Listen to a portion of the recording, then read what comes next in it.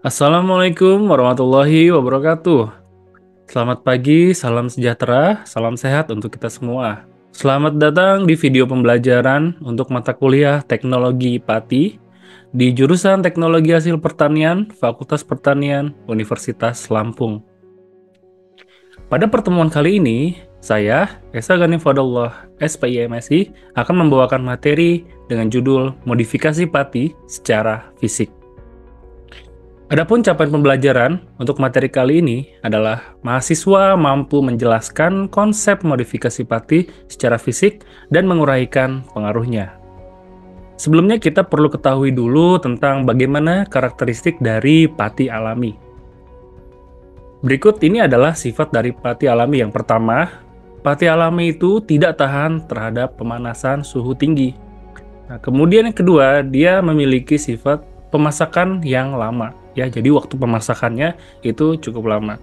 Kemudian, begitu dilakukan pemasakan, pasta yang terbentuk itu keras dan tidak bening.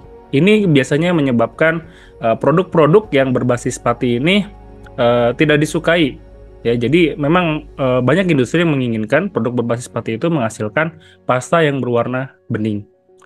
Kemudian, sifat pati alami yang selanjutnya adalah viskositas dari suspensi pati tersebut tidak seragam.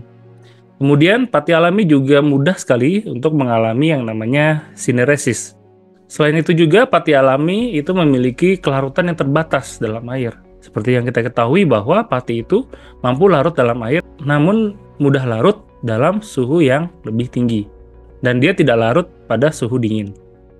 Oleh karena itu, berdasarkan sifat-sifat ini, maka penggunaan pati alami di industri itu sangat tidak cocok. Ya, karena terbatas dari sifat dari pati alami tersebut, ya, sehingga dia tidak cocok untuk diaplikasikan secara luas di industri. Oleh karena itu, untuk memperbaiki karakteristik dari pati alami, maka biasanya dilakukan modifikasi pati. Modifikasi pati ini dapat dilakukan dengan secara kimia, menggunakan bahan kimia, kemudian dapat juga dilakukan secara enzimatis, menggunakan enzim, dan juga dapat dimodifikasi secara fisik. Kita akan masuk tentang bagaimana metode modifikasi pati secara fisik. Yang pertama ini adalah hydrothermal treatment. Di sini ada kata hidro yang berarti air dan thermal atau suhu. Jadi untuk modifikasi pati secara fisik ini menggunakan air dan juga suhu sebagai perlakuan. Biasanya untuk air, nanti yang digunakan adalah kadar air dari suspensi tersebut. Kemudian thermal. Thermal ini adalah suhu yang akan digunakan untuk memodifikasi dari pati. Oleh karena itu namanya adalah hydrothermal treatment. Atau bisa kita sebut bahwa hydrothermal treatment ini adalah kombinasi perlakuan suhu dan kadar air yang diberikan sebagai perlakuan untuk melakukan modifikasi pati. Beberapa penelitian menunjukkan bahwa untuk modifikasi pati secara fisik ini cenderung lebih aman dan lebih alami karena memang tidak menggunakan bahan-bahan kimia. Bahan-bahan kimia kita ketahui bila dia terbuang sebagai hasil samping maka punya potensi untuk merusak lingkungan sehingga tidak aman untuk lingkungan. Kemudian dari hasil akhir modifikasi pati secara fisik, karakteristik akhirnya nanti pati akan lebih stabil tentunya, dan juga dia akan tahan pada pemasakan suhu tinggi. Karena di treatment hidrothermal ini, dia akan memainkan variasi dari penggunaan suhu yang nanti diterapkan pada suspensi pati yang sudah diatur kadar airnya. Untuk metode hidrothermal ini dibedakan menjadi dua, ya. Yang pertama adalah annealing, ya. Kemudian yang kedua ini adalah heat moisture treatment. Kita akan membahas yang pertama tentang annealing. Baik, untuk kondisi annealing ya sebagai salah satu metode dari hydrothermal treatment, di sini kadar air dari pati itu tinggi, lebih dari 70%. Oleh karena itu, nantinya kita perlu melakukan pembuatan dari suspensi pati. Dalam metode annealing, kadar pati lebih dari 70%. Dan di sini suhunya tidak terlalu tinggi, masih berkisar dari 40 sampai 55 derajat Celcius dengan variasi waktu tertentu. Setelah itu, setelah dilakukan treatment annealing, kemudian didinginkan secara perlahan pada suhu kamar. Karakteristik pati dari proses annealing ini, dia akan meningkatkan kekompakan komponen dari pati dan juga interaksi rantai pati. Kemudian yang kedua adalah heat moisture treatment. Nah, untuk HMT atau heat moisture treatment ini ada perbedaan dengan annealing yang terletak dari penggunaan suhu dan juga kadar air dari suspensi patinya. Untuk heat moisture treatment ini kita menggunakan kadar air dari suspensi pati itu lebih kecil dari 30%. Ya, kalau sebelumnya di annealing itu kita menggunakan kadar air pati lebih dari 70%, maka untuk heat moisture treatment di sini kita lebih kecil dari 30%. Nah, tentunya di sini kalau heat moisture treatment kita menggunakan perlakuan ataupun treatment suhu yang lebih tinggi dibandingkan dengan annealing, ya. Dimana pada HMT ini kita menggunakan suhu berkisar dari 100 sampai 120 derajat Celcius dalam keadaan tertutup. Ya, keadaan tertutup ini ditujukan agar pemanasannya lebih cepat dan lebih merata. Nah, hasil dari modifikasi pati secara fisik untuk heat moisture treatment, dia akan menghasilkan pati yang lebih stabil saat pemanasan. Kemudian selanjutnya metode modifikasi pati secara fisik adalah pragelatinisasi. Ya. Untuk pragelatinisasi ini dilakukan melalui proses yang melibatkan air dan suhu panas untuk memecah semua atau sebagian dari granula pati. Ya. Kemudian dilakukan pengeringan ataupun penggilingan sesuai dengan ukuran yang kita inginkan. Untuk pragelatinisasi ini terbagi menjadi dua, yaitu pragelatinisasi sempurna atau menyeluruh, dan yang kedua adalah pragelatinisasi secara parsial atau sebagian. Untuk pragelatinisasi sempurna, maka dia atau metodenya itu akan memasak pati di atas suhu gelatinisasinya, sehingga pada saat proses pemanasan itu semua pati telah mengalami gelatinisasi. Kemudian untuk pragelatinisasi parsial atau sebagian. Pragelatinisasi parsial ini dilakukan dengan mengalirkan campuran air dan pati itu melalui drum panas dengan suhu di atas suhu gelatinisasi sehingga massa dari suspensi tersebut mengering. Nah, pada kondisi ini sebenarnya masih mengandung granula pati yang utuh untuk pragelatinisasi parsial. Berdasarkan metode-metode ini, kita bisa mengambil satu konsep bahwa untuk melakukan metode fisik, pertama kita harus mengatur kadar air dari suspensi pati. Ya. Jadi pati kita campurkan dengan air. Kemudian yang kedua kita berikan treatment suhu, baik itu suhu 40 sampai 55 derajat Celcius atau yang suhu yang lebih tinggi atau suhu di atas suhu gelatinisasi. Nah, kemudian setelah kita lakukan pemanasan, maka selanjutnya akan dilakukan pengeringan atau pendinginan sampai suhu ruang. Kemudian juga bisa diberikan treatment untuk memperkecil ukuran dari tepung pati yang sudah kita lakukan treatment.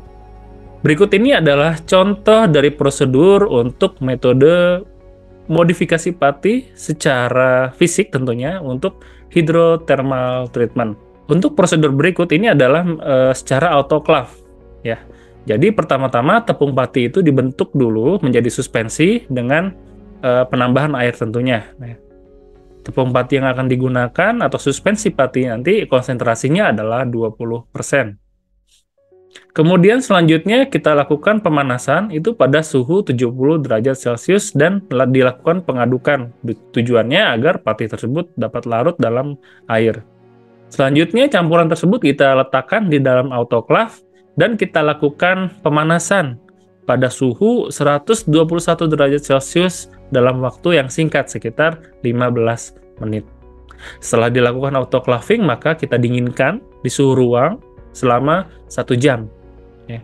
Kemudian disimpan pada suhu yang lebih rendah lagi yaitu 24 derajat Celcius dalam waktu yang lebih lama yaitu 24 jam. Untuk metode autoclaving ini ada yang 1 siklus ataupun 3 siklus. Kalau 3 siklus maka setelah kita lakukan penyimpanan pada suhu dingin pada suhu 4 derajat Celcius selama 24 jam, maka campuran tersebut kita lakukan autoclaving kembali dengan prosedur ataupun kondisi perlakuan yang sama. Setelah kita melakukan kondisi penyimpanan, selanjutnya kita melakukan pengeringan dengan oven, itu menggunakan suhu 50 derajat Celcius. Tujuannya agar kita mendapatkan serbuk patinya, ya, kita menguapkan si pelarutnya.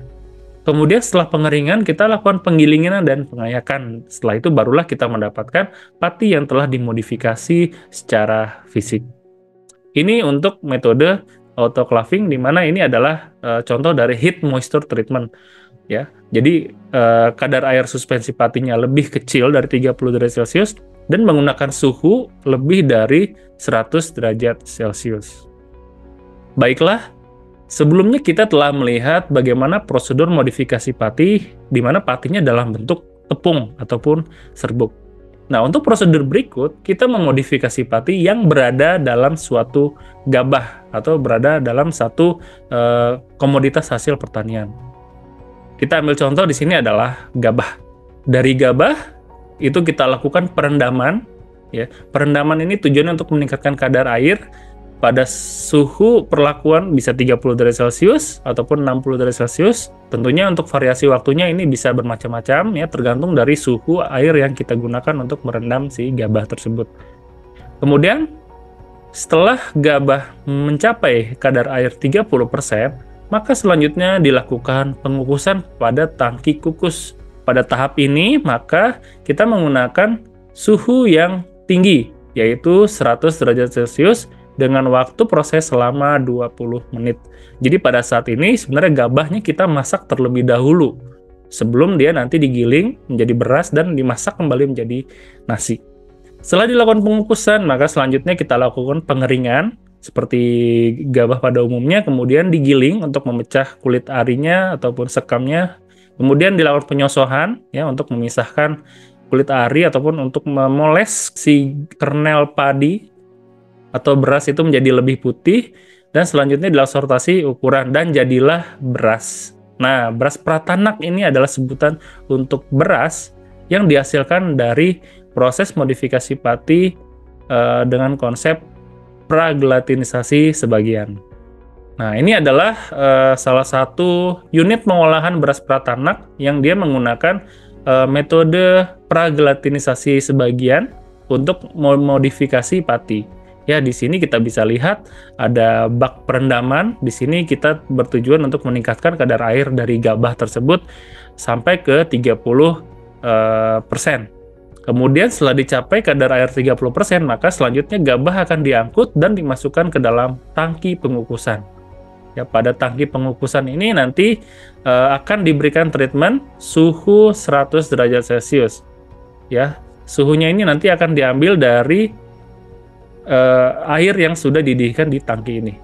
Ya, kemudian setelah mencapai suhu 100 derajat Celcius dan waktu pengukusan selama 20 menit, maka selanjutnya gabah tersebut dimasukkan ke dalam gerobak, kemudian kita bawa ke lantai jemur untuk kita lakukan pengeringan.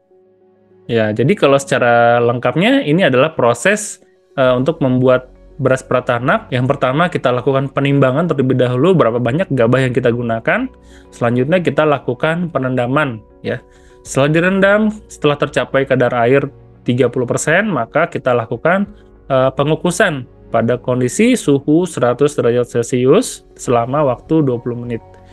Kemudian setelah itu selesai, kita lakukan pengeringan, ya. Kemudian kita lakukan penggilingan.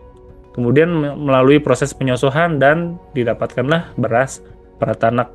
Nah, beras ini merupakan beras yang sudah dihasilkan dari modifikasi pati, yaitu dengan metode praglatinisasi sebagian. Tentunya dengan metode ini akan memiliki pengaruh terhadap karakteristik dari bahan yang sudah diberikan perlakuan. Baik, kita akan coba membahas beberapa fenomena penting yang terdapat dalam teknologi pengolahan beras secara parboiled ataupun metode modifikasi pati secara fisik. Yang pertama adalah hidrasi atau hydration. Hidrasi ini bertujuan untuk meningkatkan kadar air dari bahan yang kita gunakan. Misalnya tepung, kemudian gabah, ya, itu kita lakukan hidrasi untuk meningkatkan kadar airnya.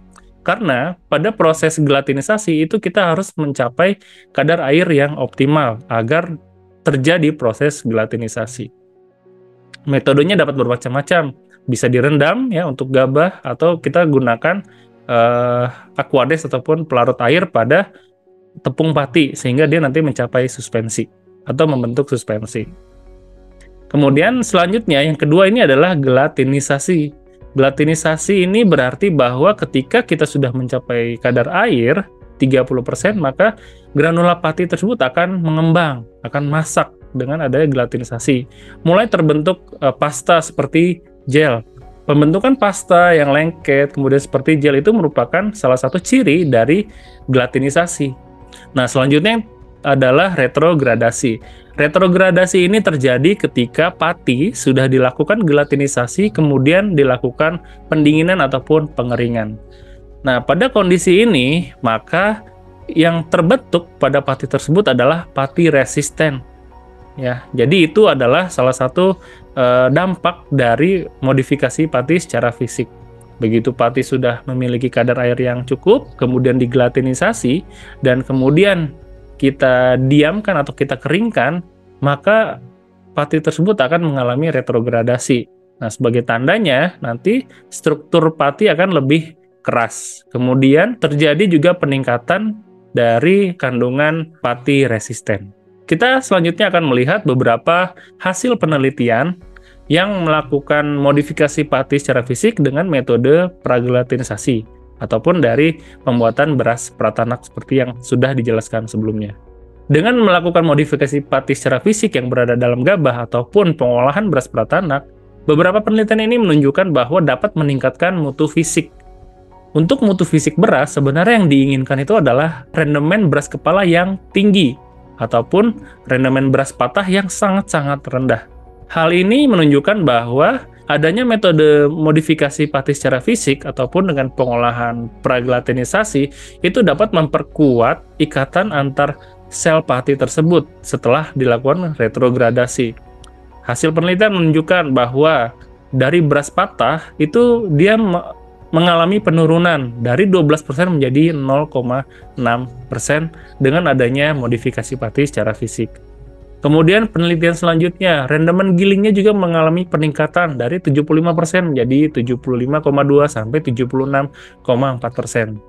Kemudian ada lagi penelitian, dia menunjukkan adanya peningkatan rendemen beras kepala dari 36% menjadi 49,5% dengan adanya metode modifikasi pati secara fisik. Modifikasi pati secara fisik ya untuk dalam bahan hasil pertanian untuk beras, di sini telah dilaporkan bahwa dengan menggunakan metode tersebut itu dapat meningkatkan kandungan gizi dari bahan yang digunakan. Seperti yang dilaporkan di sini bahwa ternyata ada peningkatan kadar abu sekitar 58,93%. Kemudian ada lagi peningkatan kadar protein sebesar 1,56%. Kemudian ada lagi peningkatan kadar lemak dan juga serat pangan. Nah, kemudian ada lagi penelitian, ini dia menunjukkan bahwa dengan adanya metode pratanak ini dapat menurunkan kadar karbohidrat sekitar 2,56%. Nah, tentunya kalau kita bisa mengambil kesimpulan dari data ini bahwa metode ini dapat meningkatkan kandungan gizi dari beras yang diberi perlakuan pratanak tersebut ataupun modifikasi pati secara fisik. Hal ini dari mana? Hal ini adalah pengaruh dari terserapnya kandungan gizi yang ada pada kulit ari dari beras dari gabah tersebut ya. Jadi kandungan lemak, minyak, kemudian mineral yang ada dalam sekam maupun ada pada kulit ari gabah ataupun dedaknya itu akan masuk ke dalam granula beras. Nah, oleh karena itu ketika dilakukan penyosohan maka nanti warna dari berasnya itu tidak putih sekali, masih agak kuning seperti gambar yang dapat Anda lihat pada slide ini. Nah, kemudian untuk metode ini juga dapat menurunkan kadar indeks glikemik ya. Untuk beberapa varietas penurunannya sekitar 2,25 hingga 21%. Kemudian ada lagi penurunan kadar indeks glikemik untuk varietas IR42 dan Ciherang itu dari 15 derajat sampai 32%. Bahkan ada yang mengalami penurunan walaupun kecil itu sekitar 6,94%. Nah, kalau kita lihat data ini, maka sebenarnya beras yang dihasilkan dari modifikasi pati secara fisik dalam beras itu justru menghasilkan beras yang sehat, yang cocok untuk dikonsumsi bagi penderita diabetes agar tidak mengalami kenaikan gula darah yang signifikan, atau kadar gulanya akan tetap stabil. Dia tetap bisa mengkonsumsi nasi atau makan nasi, tetapi kadar gulanya tidak bermasalah. Kemudian kita lihat lagi mutu fisik dari beras yang kita berikan treatment metode fisik tadi, ya. Di sini kalau kita lihat dibandingkan dengan kontrol, ya maka beras kepalanya akan lebih tinggi dibandingkan yang kontrol, ya. Kemudian beras patahannya juga lebih rendah dibandingkan yang kontrol. Sama untuk beras menira juga. Nah, hal ini menunjukkan bahwa untuk beras yang diberi perlakuan pragelatinisasi, maka dia akan membentuk struktur yang kompak. Sehingga begitu dilakukan penggilingan, dia akan lebih tahan. Sehingga dapat menghasilkan persentase beras kepala yang lebih tinggi. Atau beras patahnya akan lebih rendah dibandingkan yang tidak diberikan perlakuan. Kemudian ada lagi pengaruhnya, kita lihat dari analisis proximat ataupun melihat komponen kimia, ya, atau bisa dikaitkan juga dengan kadar gizinya, ya. Di sini kita lihat ada peningkatan untuk di kadar abu, kadar lemak, dan juga kadar protein. Nah, di sini juga terlihat bahwa ada penurunan dari kadar karbohidrat, ya. Jadi bisa dikatakan bahwa dengan adanya metode modifikasi pati secara fisik pada beras, ya, atau pada gabah itu dapat meningkatkan gizinya dari yang tidak diberi perlakuan. Kemudian kita lihat lagi dari indeks glikemiknya dari beras pratanak yang dihasilkan. Nah, apabila kita lihat di sini untuk yang kontrol adalah 65, ya, indeksnya adalah 65,64 dan dia akan menjadi lebih rendah begitu kita berikan treatment pratanak, yaitu menjadi turun sekitar 42,20. Ya, hal ini menunjukkan bahwa beras pratanak mempunyai indeks glikemik yang cukup rendah bila dibandingkan dengan beras pada umumnya. Hal ini dapat dimungkinkan adanya pengaruh dari pati resisten yang terbentuk. Karena setelah kita lakukan pragelatinisasi pati, maka pati tersebut akan mengalami retrogradasi. Pati yang mengalami retrogradasi itu akan membentuk struktur kristal yang susah untuk dicerna, atau dia membentuk pati resisten. Oleh karena itu, pembentukan pati resisten ini dia dapat menurunkan penyerapan glukosa dalam darah, karena pati tersebut dia tidak diurai menjadi glukosa. Jadi untuk metode fisik ataupun metode modifikasi pati secara fisik pada pati ataupun pada gabah itu bisa dilakukan dan memiliki dampak seperti tadi peningkatan rendemen beras kepala, kemudian peningkatan kandungan gizi, dan juga adanya penurunan indeks glikemik. Sehingga metode modifikasi pati secara fisik ini untuk gabah misalnya, itu akan menghasilkan produk yang sehat dengan metode pengolahan yang sederhana. Berikut adalah referensi yang digunakan dan dapat kalian juga cari untuk mendalami materi tentang modifikasi pati secara fisik. Baiklah, demikian untuk materi modifikasi pati secara fisik. Mudah-mudahan kalian bisa mendapatkan ilmu ataupun pandangan baru tentang modifikasi pati secara fisik, dan juga diharapkan kalian sudah memahami bagaimana konsepnya dan kemudian apa pengaruhnya. Baiklah, kita akhiri sesi kali ini. Terima kasih atas perhatiannya. Kita berjumpa lagi di video selanjutnya. Saya mohon maaf atas segala kekurangan. Wassalamualaikum warahmatullahi wabarakatuh.